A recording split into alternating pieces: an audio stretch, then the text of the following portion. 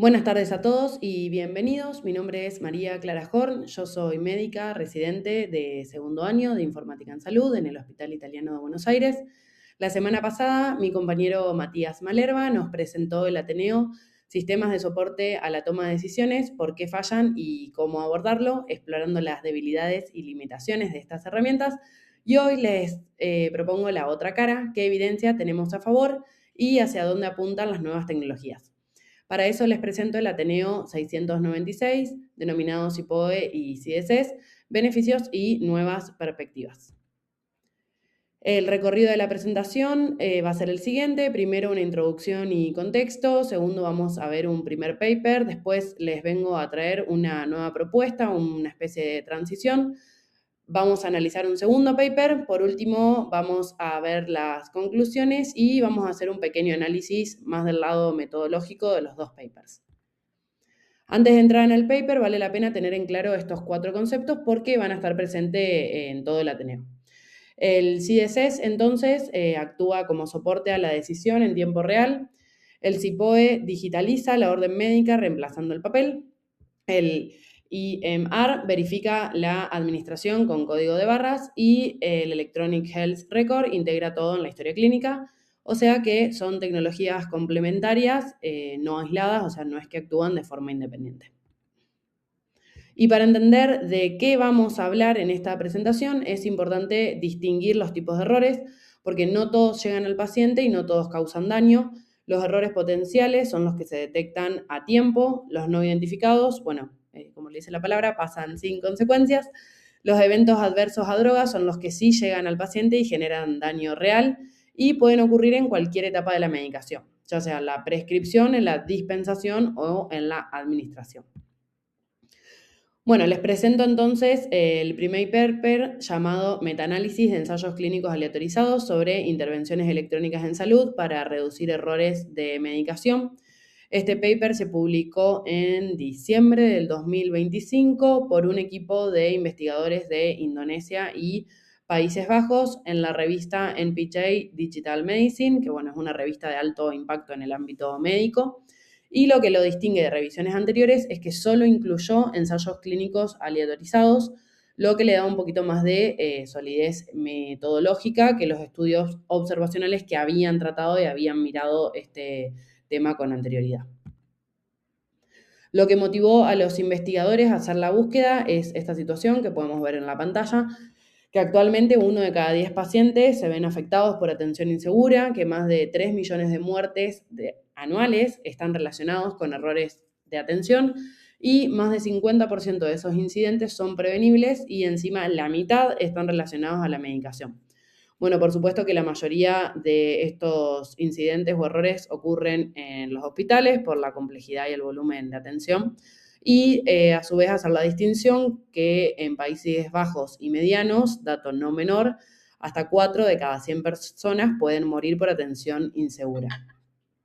Entonces, estos problemas, digamos, nos llevan a la pregunta que este paper va a intentar responder, que básicamente si son efectivas las herramientas electrónicas que existen actualmente para reducir estos tipos de errores. Para responder la pregunta, los investigadores realizaron una revisión sistemática con metaanálisis que incluyó exclusivamente, como mencioné con anterioridad, ensayos clínicos aleatorizados. La base del método es el marco PICO, que permitió definir con precisión los dos grupos comparados, es decir, el grupo de intervención, que va a estar compuesto por profesionales que utilizaron herramientas digitales, ya sea sistemas de soporte a la decisión clínica o alertas electrónicas, y por otro lado, un grupo control o que representa la práctica tradicional, es decir, prescripción sin papel o sin ningún tipo de intervención tecnológica. El objetivo fue medir y comparar cuántos errores de medicación ocurrían en un grupo frente al otro y solo se incluyeron estudios en inglés, con texto completo y datos cuantitativos de errores. La búsqueda se realizó en estas 4 bases de datos principales, IBESCO, Embase, PubMed y Web of Science, hasta mayo del 2023, y siguieron el protocolo PRISMA, en donde de los primeros 1000 artículos que filtraron, terminaron seleccionando aquellos 12 que consideraron que eran los estudios que mejor comparaban estos dos grupos, o sea, grupo con intervención versus grupo control o sin intervención. Y para garantizar que los datos fueran objetivos, 4 investigadores extrajeron la información de forma independiente. Y también se evaluó la calidad de cada estudio con la herramienta ROB 2.0, o sea, trataron de asegurar que la división entre los grupos se hubiera realizado sin sesgos. Los autores definieron como resultado primario la reducción en los errores de la medicación y también organizaron subgrupos para comparar por tipo de tecnología y por tipo de error clínico.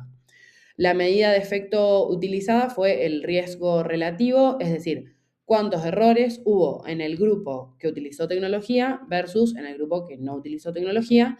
Y como cada hospital es un mundo diferente, usaron un modelo de efectos aleatorios que contempla esa variabilidad en lugar de tratar a todos los estudios de forma igual. Y antes de dar los resultados, se aseguraron de que ningún estudio estuviera, podríamos decir, como tirando el resultado, como haciendo más fuerza en el promedio. Y ahí lo que hicieron, encontraron justamente 3 estudios que estaban distorsionando los resultados, entonces los terminaron eliminando. Pasando un poquito ahora entonces a los resultados, terminaron incluyendo 2 estudios. Estos 2 estudios provenían sobre todo de Estados Unidos y Europa, o sea, países con infraestructura digital avanzada. Y la población más afectada fueron hombres y adultos, o sea, entre la edad de 50 y 80 años, lo que de alguna forma se podría explicar que tiene sentido por la cantidad de comorbilidades que puede tener este grupo y además polifarmacia. El hallazgo central fue que las intervenciones electrónicas se asociaron a una reducción del 15% en el riesgo de errores de medicación comparado con la atención habitual. O sea, se podría decir de otra forma, de cada 100 errores que ocurrían sin tecnología, con tecnología ocurrían 85 errores. O sea, podríamos decir que un riesgo relativo de 0,85, ese fue el resultado que los investigadores reportan, y con un intervalo de confianza entre 0,77 y 0,94, que nos confirma básicamente que este resultado no es casualidad, sino que en cualquiera de los extremos la reducción sigue siendo real, sigue siendo significativa. Cuando miramos qué tipo de intervención funcionó mejor, el CDSS fue el único con efecto estadísticamente significativa, con una reducción del 20% de los riesgos. Y para el e-learning y las alertas electrónicas, los resultados, no alcanzaron significancia, y los autores consideran que esto probablemente se debe a que el CDSS actúa en el momento exacto en el que tiene que tomar una decisión clínica, lo que de alguna forma disminuye la carga cognitiva del médico en tiempo real. Y al mirar los resultados por subgrupo de control o por tipo de error, el impacto más claro fue justamente en los errores de medicación directos, con una reducción del 19%, y para los eventos adversos a drogas, la reducción fue mayor, de un 23%, pero este resultado hay que tomarlo un poquito con cautela, porque los estudios en ese grupo eran poquitos y entonces el resultado es menos preciso. Y para lo que es el grupo de prescripción inapropiada, el efecto fue mínimo, o sea, no alcanzó significancia, entonces tampoco podemos afirmar que la tecnología haga una diferencia en ese punto. Una vez obtenidos los resultados, los autores verificaron que estos resultados fuesen confiables, y la mitad de los estudios tenía bajo riesgo de sesgo, y los 2 con más riesgo de sesgo fueron por dificultades a la hora de implementar las tecnologías en estos hospitales. Y después lo que hicieron fue chequear que el resultado no dependiera de ningún estudio en particular, es decir, que si eliminaban cualquiera de estos estudios, que el RR se mantuviese estable.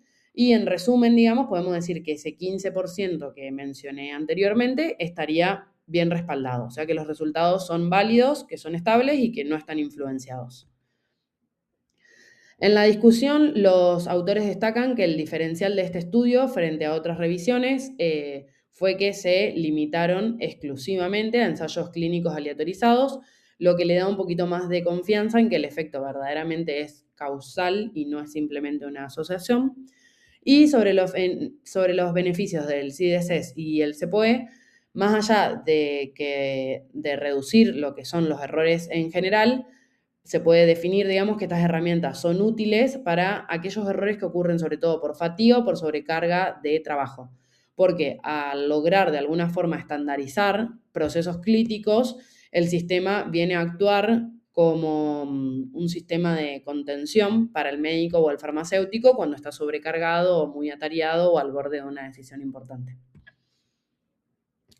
Para cerrar el primer paper, los autores señalan que la evidencia es bastante prometedora, pero todavía muy limitada porque la mayoría de los estudios, bueno, como mencionamos al principio, provenían de países de alto ingresos con mucha infraestructura tecnológica. Y faltaría un poco lo que son los ensayos en entornos reales, estudios de costo-efectividad y análisis de estas barreras de implementación. Pero la idea con lo que los autores cierran me parece importante, que es que la idea de justamente poder combinar la eficiencia del sistema con el juicio humano, especialmente en los casos muy complejos donde ningún algoritmo es suficiente y donde la toma de decisiones puede estar un poco más sesgada. Hasta acá entonces tenemos lo que podríamos decir de dos miradas complementarias. O sea, por un lado, el metaanálisis que les comenté recién muestra que los IDCs de alguna forma funcionan, o sea, hay evidencia sólida que disminuyen errores, pero la semana pasada, junto a mi compañero Matías, vimos que el modelo actual de CDCs tiene un problema estructural bastante serio, que es que estos sistemas basados en reglas fijas también generan mucho ruido y que los médicos terminan ignorando muchas veces estas alertas porque el sistema termine irrumpiendo el flujo clínico. Entonces, se deja de usar. La propuesta de mi compañero, que considero muy válida y también muy importante, digamos, para pensar desde otra perspectiva, fue rediseñar estas alertas usando los principios de la economía conductual como Mindspace y Nudge para hacer estas alertas más relevantes y menos intrusivas. Pero bueno, yo vengo a plantear una idea un poquito más diferente, que sería que en vez de mejorar las reglas, ¿por qué no las reemplazamos directamente por un modelo de lenguaje de gran escala? Entonces, para indagar en esta nueva idea de incorporar un LLM a un CDSS, les traigo este paper que acá tenemos en la slide, que se publicó en octubre de 2025 en la revista Cell Reports Medicine por un equipo del Hospital General de Singapur, que es un centro con implementación activa de IA en salud. Y la pregunta que se hacen los autores es la siguiente: si puede un LLM mejorar o reemplazar los sistemas de soporte basados en reglas fijas. Y para responderla, lo que hicieron fue testearla en la revisión de medicación de 16 especialidades clínicas con casos reales y complejos que ahora les paso a comentar. Bueno, el diseño del estudio fue crossover, es decir, que los mismos farmacéuticos evaluaron los mismos tipos de casos en los 3 modos, que ahora les explico, con un día de washout, de lavado, de descanso entre las rondas para que no se acordasen de los casos previos. Y los casos no fueron inventados de la nada, sino que fueron adaptados de errores reales reportados en el Hospital de Singapur, y crearon 96 escenarios de 16 especialidades con una mediana de 13 medicamentos por caso. Entonces podemos decir que son casos bastante complejos que un farmacéutico encuentra diariamente en su rutina de trabajo. Para explicar un poquito más cómo desarrollaron la parte tecnológica, evaluaron 5 LLMs. Acá tenemos cuáles, por ejemplo, Gemini Flash, Gemini 1.5, GPT-4 y Cloud 3.5 Sonnet, que fue el de mejor desempeño. Ahora les paso a justificar por qué. Pero lo que sí considero importante acá es que cada modelo se probó en 2 versiones, o sea, la nativa, donde el modelo trabajaba solamente con lo que aprendió en su entrenamiento general, y la versión RAG. Que acá el RAG es básicamente agregarle al modelo una biblioteca de conocimiento clínico local. Ellos en este caso utilizaron monografías de medicamentos y protocolos del hospital, o sea, de su trabajo diario. Entonces, cuando llega un caso, el sistema busca en esa biblioteca qué información es la relevante, qué información es la que le puede servir para ese paciente y se la pasa al modelo antes de que responda. Entonces, la idea no es que dependa solo de lo que aprendió en Internet, digamos, de las bases de conocimiento con las que fue entrenada, sino que también consulte esas guías locales actualizadas con las que de alguna forma se lo alimentó.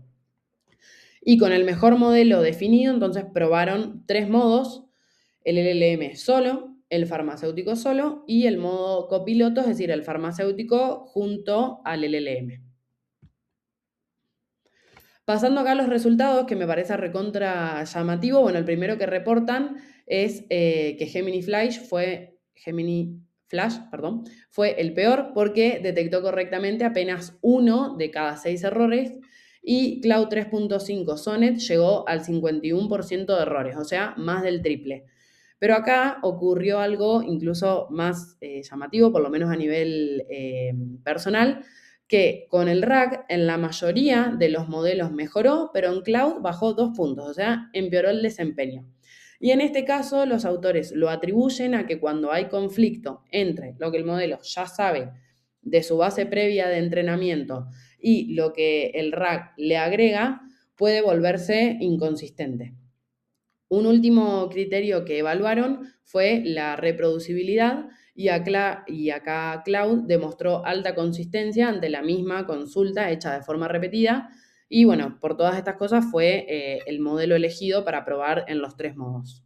Bueno, respecto a los resultados, digamos, de la comparación de los modelos de implementación, mirando la tabla, podemos ver que la accuracy nos dice de cada 10 casos cuántos detectó correctamente, la precisión cuando alertó, qué tan seguido tenía razón respecto a esa alerta, el recall, o sea, de todos los errores que existían, cuántos verdaderamente logró encontrar, y el F1, que combina los dos últimos en un solo número. Y con esto en mente, entonces podemos decir que el copiloto logró un 61% de accuracy frente al 46% del farmacéutico solo, o sea que hubo un aumento de un 32%, y vendría a ser el mismo profesional con el LLM detectando casi un tercio más de errores. Para ser transparentes, la diferencia igual no alcanzó significancia estadística porque obtuvo un P de 0,38, o sea, ¿qué tan probable es que este resultado se explique solo por el azar? En este caso significa que hay un 38% de probabilidad de que esa diferencia sea ruido estadístico. Esto no quiere decir que el copiloto no funcione, sino que con solo 6 farmacéuticos el estudio era demasiado chico para afirmarlo con certeza, pero probablemente si hubiera tenido más participantes y el mismo efecto, probablemente sí hubiese alcanzado significancia estadística. Y algo que habla de la escalabilidad es que la complejidad del caso no impactó en ninguno de los 3 modos, y de hecho el modo copiloto funcionó igual, tanto en casos simples como en casos complejos, lo que sería relevante para la toma de decisiones de estos pacientes un poco más complicados. Al abrir los resultados por categoría, parece un hallazgo que los autores reportan con honestidad. El copiloto mejora en casi todo: reacciones adversas, interacciones, omisiones, elección de terapia, pero en la dosificación inapropiada, el copiloto empeora incluso la performance del farmacéutico. Esto los autores lo explican porque la dosificación varía mucho entre instituciones y regiones, y por ahí un modelo generalista no puede capturar toda esta variabilidad. Pero donde el LLM agrega más valor es en los errores graves, porque el LLM solo detecta el 52%, pero en modo copiloto sube al 66%, o sea, 2 de cada 3 errores graves fueron capturados. Y son justamente estos errores graves los que, si pasan, pueden generar un gran daño en el paciente. En la discusión, los autores destacan algo metodológicamente importante: que la mayoría de los estudios previos evaluaron el LLM solo, asumiendo algún tipo de implementación un poco más autónoma, y este vendría a ser uno de los primeros estudios en medir cómo cambia el desempeño del profesional cuando trabaja con el LLM. En este paper, entonces, vemos que el LLM supera al CSS basado en reglas fijas, porque puede leer texto clínico libre, puede actualizarse sin tener que andar reprogramándolo, y puede explicar su razonamiento en un lenguaje natural. Ese último punto es clave porque el farmacéutico entonces le puede preguntar al sistema por qué marcó un error como error, recibir una explicación. Entonces esto viene a transformar una alerta que interrumpe el flujo de trabajo en una herramienta con la que se puede dialogar. Respecto al drag, los autores, bueno, como mencionamos, digamos, reconocen que no funcionó como esperaban, y esto es porque entra en conflicto con el preentrenamiento del modelo e incluso generó recomendaciones inconsistentes. Y también mencionan que construir un pipeline con un RAG confiable para un razonamiento clínico complejo es muy costoso y además lleva mucho tiempo porque tiene que ser muy específico para cada institución, lo que hace que sea menos reproducible. Respecto a los riesgos, reconocen el sesgo por automatización, es decir, que cuando el LLM se equivoca, el profesional tiende a seguirlo. O sea, no es solo que el modelo falle, sino que el mismo humano empiece a dudar de su propia capacidad y de su error, que tal vez de alguna forma lo hubiese detectado de forma independiente. También mencionan el sesgo, o sea, no se evaluó si el modelo codifica sesgo para género o raza en sus recomendaciones y hay evidencia que demuestran que los LLM, que hay algunos LLM que sí lo han hecho.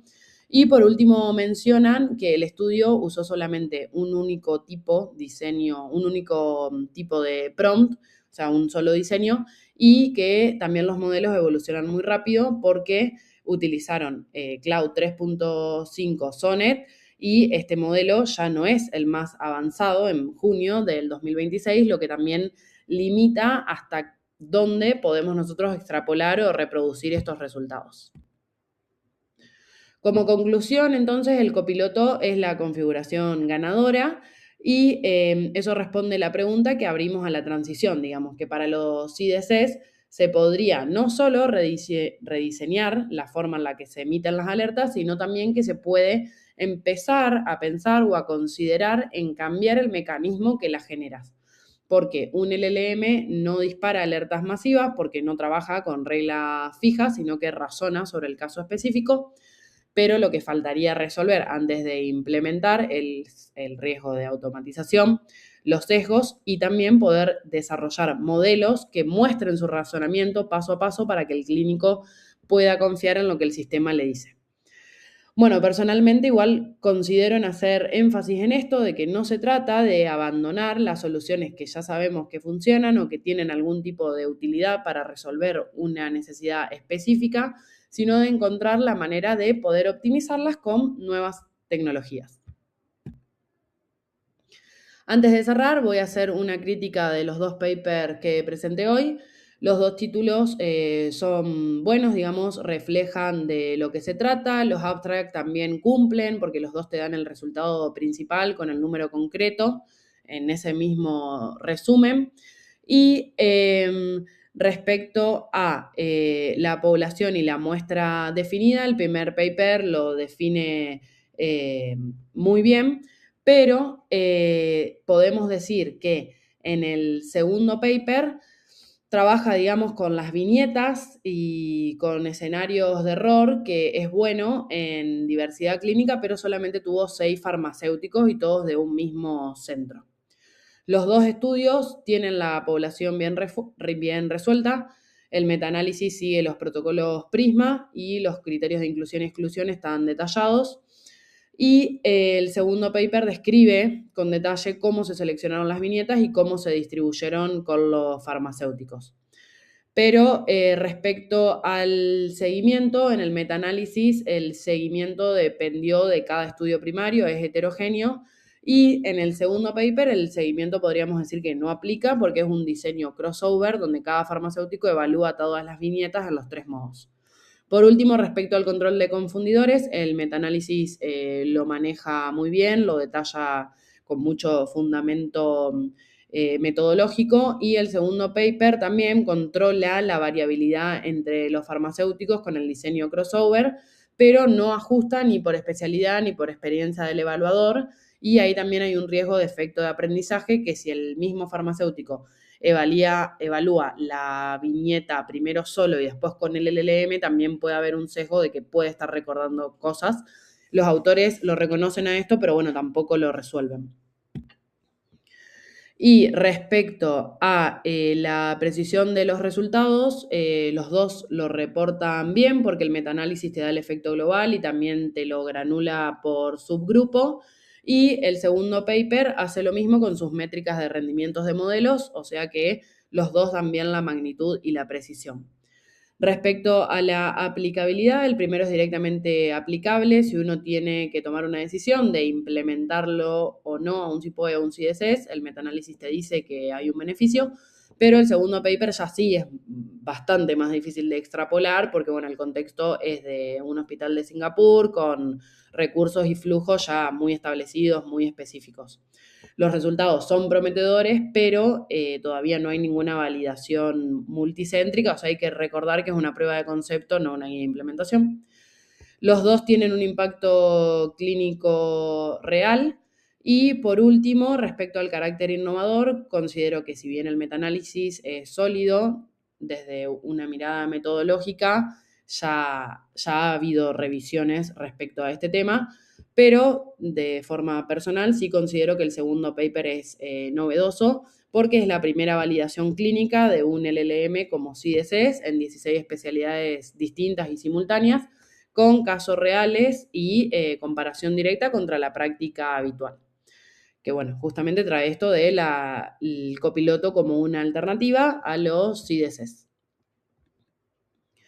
Muchas gracias a todos por su participación. Dejo mi contacto ante cualquier duda. Damos cierre al track de SIPOE y CDCs. Nos reencontramos la próxima semana con el licenciado Denis Miranda, quien va a iniciar con el track de indicadores e implementación de tableros de gestión hospitalaria. Buenas tardes.